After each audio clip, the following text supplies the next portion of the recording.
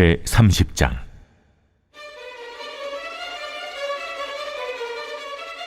또 여호와의 말씀이 내게 임하여 이르시되, 인자야, 너는 예언하여 이르라. 주 여호와께서 이와 같이 말씀하시되, 너희는 통곡하며 이르기를, 슬프다, 이 날이여 하라. 그 날이 가깝도다, 여호와의 날이 가깝도다. 구름의 날일 것이요 여러 나라들의 때이리로다. 애굽의 칼이 임할 것이라. 애굽에서 죽임당한 자들이 엎드러질 때에 구스에 심한 근심이 있을 것이며, 애굽의 무리가 잡혀가며 그 터가 헐릴 것이요, 구스와 붓과 룻과 모든 섞인 백성과 국과 및 동맹한 땅의 백성들이 그들과 함께 칼에 엎드러지리라. 애굽을 붙들어주는 자도 엎드러질 것이요, 애굽의 교만한 권세도 낮아질 것이라. 믹돌에서부터 수에네까지 무리가 그 가운데서 칼에 엎드러지리라. 황폐한 나라들같이 그들도 황폐할 것이며, 사막이 된 성읍들같이 그 성읍들도 사막이 될 것이라. 내가 애굽의 불을 일으키며 그 모든 돕는 자를 멸할 때에 그들이 나를 여호와인 줄 알리라. 그날의 사절들이 내 앞에서 배로 나아가서 염려 없는 구스 사람을 두렵게 하리니, 애굽의 재앙의 날과 같이 그들에게도 심한 근심이 있으리라. 이것이 오리로다. 안녕하십니까, 근수교회 가족 여러분. 10월 6일 수요일 근수 매일 말씀 전하겠습니다. 오늘 본문은 에스겔서 30장 1절에서 9절 말씀입니다. 오늘 본문도 마찬가지로 계속 애굽에 대한 얘기, 애굽이 멸망할 것과 패망할 것, 그리고 애굽 그 주변의 동맹국에 관한 이야기입니다. 오늘 말씀의 4절부터 6절까지의 말씀에 보시면 애굽과 그 주변 동맹국에 대한 이야기를 합니다. 1절, 2절, 3절에 그날에 하나님이 임하실 것이다. 통곡하라, 슬퍼하라. 그날이 가깝도다, 가깝도다 라고 이야기하면서 애굽과 동맹하였던 구스와 붓과 룻에 대한 이야기합니다. 이 세 나라는 그 애굽 인근 지방에 접경 지역에 있었던 나라들이며, 어제 말씀드린 것처럼 애굽이 말과 병과가 많았다라고 말씀드렸죠. 그 당대의 싸움을 제일 잘하였던, 군사력이 막강하였던, 힘이 가장 셌었던 나라가 애굽이라고 어제 말씀드렸습니다.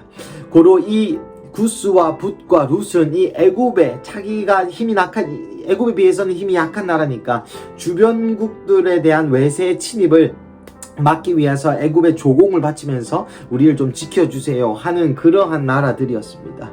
하지만 이 나라들의 태도에 대해서 하나님은 지적하십니다. 어떤 태도였나요? 6절을 보시면 여호와께서 이같이 말씀하셨느니라. 애굽을 붙들어주는 자도 엎드러질 것이요, 애굽의 교만한 권세도 낮아질 것이라 라고 이야기하죠. 애굽을 붙들어 주던 자, 바로 구스와 붓과 룻에 대한 이야기입니다.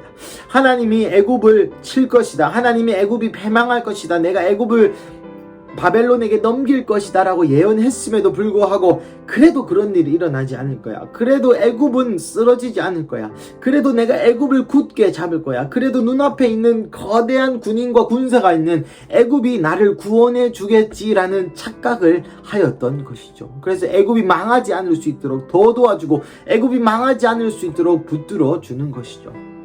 사랑하는 가족 여러분, 우리의 영적인 또 실제적인 상황도 이러한 상황이 많다는 그러한 감동이 있습니다. 우리가 하나님보다 더 붙잡고 있는 것이 무엇입니까? 하나님은 나를 구원해 주지 않을 것 같지만 바로 애굽, 나를 구원해 줄 것 같은 돈, 힘 있는 사람, 유력한 사람, 명예, 유명한 사람, 권력이 있는 사람 등등등 우리가 붙들고 있는, 하나님보다 훨씬 더 많이 신뢰하고 있는 것들이 바로 그 애굽입니다. 그런데 문제는 무엇입니까? 우리가 그것을 우상 숭배하고 있다, 그것을 하나님보다 더 귀하게 여기고 있다라고 알매도 불구하고, 하나님께서 그것을 치시겠다라고 말씀하셨음에도 불구하고 물러가라 물러가라 하시면서 그것들을 끝까지 붙들고 있는 바로 그 미련함을 하나님께서 오늘 구스와 붓과 룻을 통해서 지적하고 있는 것이죠. 나아가 이 구스라는 나라는 7절부터 9절까지의 말씀에도 비판의 대상이 됩니다. 어떻게 비판의 대상이 됩니까? 바로 9절 후반부에 이렇게 나와 있습니다. 그날의 사절들이 내 앞에 배로 나가서 염려 없는 구스 사람을 두렵게 하리니 애굽의 제왕의 날과 같이 그들에게도 심한 기근이 있으리라. 이것이 오리로다 라고 이야기하고 있는 거죠. 무슨 말입니까? 구스는 바로 이 애굽을 섬기고 애굽이 무너지면 안 돼, 애굽은 절대 무너지지 않을 거야, 하나님이 말씀하셨음에도 불구하고 믿지 않은 것과 플러스 그래, 애굽이 멸망하더라도 나는 별 두려움 없어. 애굽은 멸망할 수도 있겠지, 하나님이 말씀하셨으니까. 하지만 나는 죄를 짓지도 않았고 나는 그 정도는 하지 않았고 단지 이 애굽을 도와준 것뿐, 나는 내가 실제적으로 죄 지은 적이 없잖아 하는 착각을 구스가 하였던 것이죠. 그래서 하나님의 그 진노의 말씀이 애굽에도 임하였지만 바로 이 진노의 말씀이 구스에게도 임할 것이라고 하나님 말씀하셨습니다. 왜 그렇습니까? 구스 사람은 두려워하지 않았기 때문입니다. 자신이 죄가 없다고 생각하였기 때문입니다. 하나님의 말씀을 무시하였기 때문이죠. 이것도 우리의 영적인 상황에 대입해 볼 수 있습니다. 간혹 그런 일이 있으시죠. 목사님이 말씀을 대언하실 때에 무언가 말씀이 검과 같이 내 삶을 찌르는 말씀들, 무언가 회개를 촉구하는 말씀들을 들을 때 내 마음에 이런 생각이 들 수 있습니다. 그래, 이 말씀은 그 집사님을 위한 거야. 이 말씀은 그 권사님을 위한 거야. 이 말씀은 그분이 좀 들었으면 좋겠다.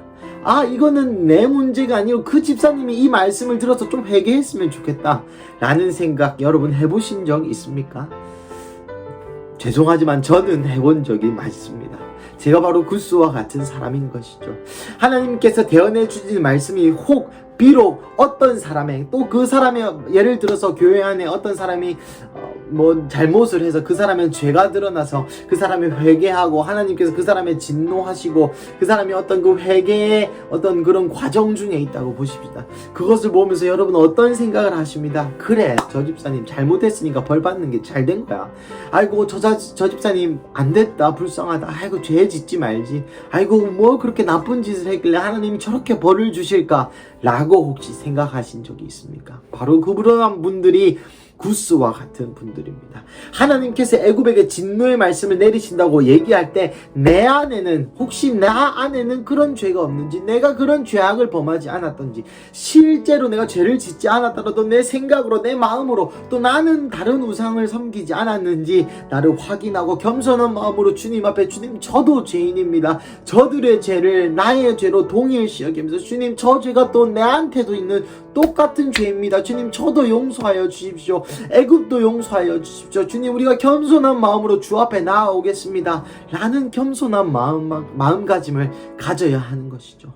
하지만 구스 사람들은 목이 고잡고 두려워하지 않는 백성들이었습니다. 자기들은 안전할 줄 알았습니다. 그것은 애굽에 대한 말씀이지 우리는 상관이 없어 라고 생각했던 그러한 나라인 것이죠. 이 정도야, 이 정도 죄를 짓는 건 다 하지 않아, 내 생각엔 저 사람이 더 잘못했으니까 저 사람이 벌 안 받으면 나도 벌 받으면 안 되지 라는 스스로의 정의감에 불타는 그러한 신앙을 주님께서 오늘 말씀하시고 계시는 것이죠. 사랑하는 가족 여러분, 오늘 이 말씀을 들으면서 어떤 마음이 드십니까? 이 구스와 같이 첫째, 애굽이 무너지지 않을 거라고 생각했다. 오히려 애굽을 더 무너지지 않도록 붙들어주는 역할을 했다. 하나님이 망한다라고 분명히 말씀하셨는데도 더 이것이 나를 구원해 줄 줄 알고 이것을 더 붙들고 그것이 눈에 보이게 크고 힘이 있고 싸움이 잘하는, 나를 지켜줄 것만 같은 그것들을 더 붙드시는 그런 가족분들 혹시 계십니까? 아니면 이 구스 또한 구스 나라와 같이 저 집사님이 더 잘못했지, 이 말씀은 그 권사님이 들어야 돼, 이 말씀은 나는 별로 해당되는 말씀이 아니야, 아이고 저 회개하는 분들 죄 많이 지었나 보다, 이 정도는 뭐 괜찮겠지, 나보다 더 심한 사람도 많은데 라고 생각하시는 분들이 계십니까? 바로 그런 분들이 구스와 같은 분들입니다. 사랑하는 가족 여러분, 오늘 주님께서 우리를 말씀을 통해서 우리에게 하시는 이 말씀을 잘 우리 마음에 받으시기를 축복합니다.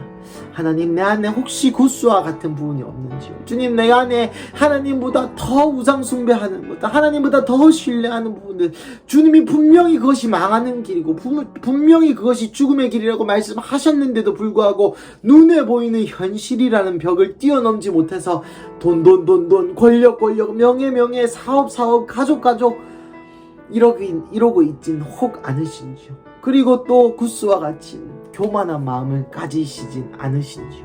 오늘 주님 앞에 겸손한 마음으로 나아가시고, 또한 그런 마음이 없으시다면 주님 앞에 내 안에 주님 회개의 영, 겸손의 영을 부어주십시오 라고 주님께 나아가시는 수요일 아침 되시기를 축복합니다. 함께 기도하시겠습니다. 사랑하는 하나님, 감사합니다. 오늘 애굽을 통틀어 또한 구스에 대한 이야기를 함께 들었습니다. 하나님, 구스 족속은 우상숭배, 애굽을 우상숭배하였으며 하나님께서 망한다 했는데도 그것을 거절하고 애굽을 끝까지 붙들었습니다. 나아가 자기는 괜찮은 줄로 알고 하나님의 그 진노의 말씀 앞에도 두려움이 없었고, 이 정도야 괜찮겠지라는 안일한 생각을 하였습니다. 주님, 제 마음에도 구스와 같은 마음이 있음을 용서하여 주시옵소서. 하나님, 제 마음에도 구스 족속과 같은 안일한 생각, 겸손하지 않은 마음, 내가 다른 사람보다 더 잘났다고 생각하는 이 종교의 영이 가득함을 주님 용서하여 주십시오. 나아가 하나님이 보이지 않는다고 해서 눈앞에 돈을 섬겼고, 권력을 섬겼고, 사업을 섬겼고, 눈앞에 있는 단기적인 이익을 섬겼고, 하나님보다 내 통장을 더 의지했으며 하나님보다 내 자식을, 내 부모를 하나님보다 더 의지하였음을 주님 용서하여 주시옵소서. 하나님, 다시 한번 애굽에 있는 이 진노의 말씀이 나에게 하시는 말씀인 줄로 깨닫고, 주님 이제와 엎드려 겸손히 주님 앞에 엎드립니다. 주님, 이제야 나의 손에 힘을 풀고 나의 모든 주권이 주님에 있음을 인정합니다 라고 고백할 수 있는 그러한 수요일 아침 되게 하여 주시옵소서. 그러므로 인하여서 나의 주도권을 잃어버려서 불안하고 답답하고 어디로 갈지 몰라 방황하는 것이 아니라, 오히려 그 놓은 나의 손 위에 반석과 같은 예수님의 마음을 우리에게 주셔서 오히려 더 건강하고, 오히려 더 굳건하며, 오히려 더 하나님의 그 비전 안에 다시 한번 쓸 수 있는 그러한 회복의 아침 되게 하여 주시옵소서. 주님, 감사합니다. 이 모든 말씀 살아계신 예수님의 이름으로 기도드렸습니다. 아멘.